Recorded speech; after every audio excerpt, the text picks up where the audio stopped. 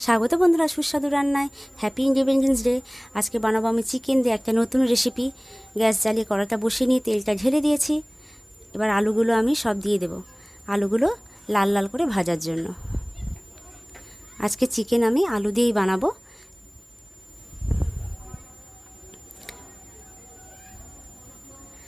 চিকেনটাও আগে থেকে আমি ধুয়ে এনে রেখেছি, আলুগুলো আগে কেটে রেখেছিলাম। তো আলুগুলো হয়ে গেছে ভাজা, দেখুন এইভাবেই লাল লাল করে আপনারাও ভাজবেন।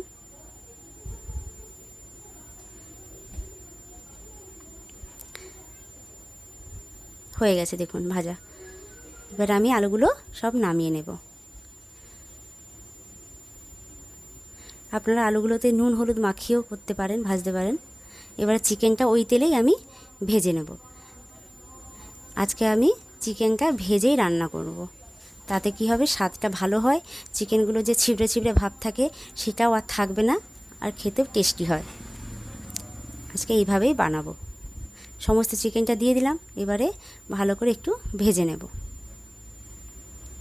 দেখবেন কড়াতে যেন না লেগে যায়, একটু গ্যাসের ফ্লেমটা কমিয়ে রাখবেন।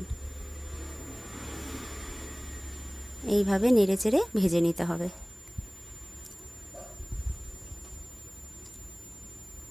আমরা সাধারণত চিকেন সবাই রান্না করেই থাকি, কিন্তু এইভাবে একটু বানালে ভালো লাগবে খেতে। এবার হয়ে গেছে ভাজাগুলো। এবার আমি কী করবো, ছেঁকে ছেঁকে তুলে নেব। তেলটা যেন না উঠে আসে, একটু দেখবেন। এবারে ম্যারিনেট করে নেব। টক দই দিয়ে দিলাম।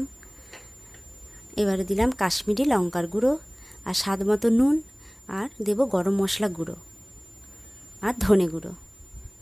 এবারে চামচ দিয়ে একটু আমি ভালো করে মাখিয়ে নেব। আর কাঁচা লঙ্কা দিয়ে দেবো, যে যার স্বাদ মতন দেবেন, যে যেরকম ঝাল খান। তেলটা গরম হয়ে গেছে, ওই তেলেই আমি দিয়ে দেবো গরম মশলা, গোটা গরম মশলা, আর দেব জিরে আর শুকনো লঙ্কা। জিরেটা একটু ভালো করে লাল লাল করে ভেজে নেব। দেখুন জিরেটা লাল করে ভাজা হয়ে গেছে। এবার পেঁয়াজ কুচিটা দিয়ে দেবো।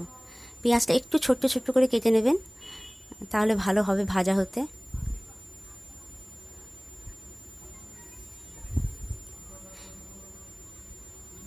একটু টাইম নিয়ে ভাজতে হবে যাতে লাল লাল হয়ে যায় পেঁয়াজটা।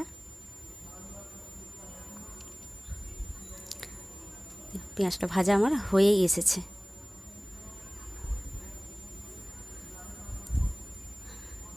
হয়ে গেছে পেঁয়াজ ভাজা। এবারে বাকি সব মশলাগুলো আমি দিয়ে দেব। আদা বাটা দিলাম, রসুনটাও দিয়ে দিলাম। এবারে আদা রসুন পেঁয়াজ সমস্ত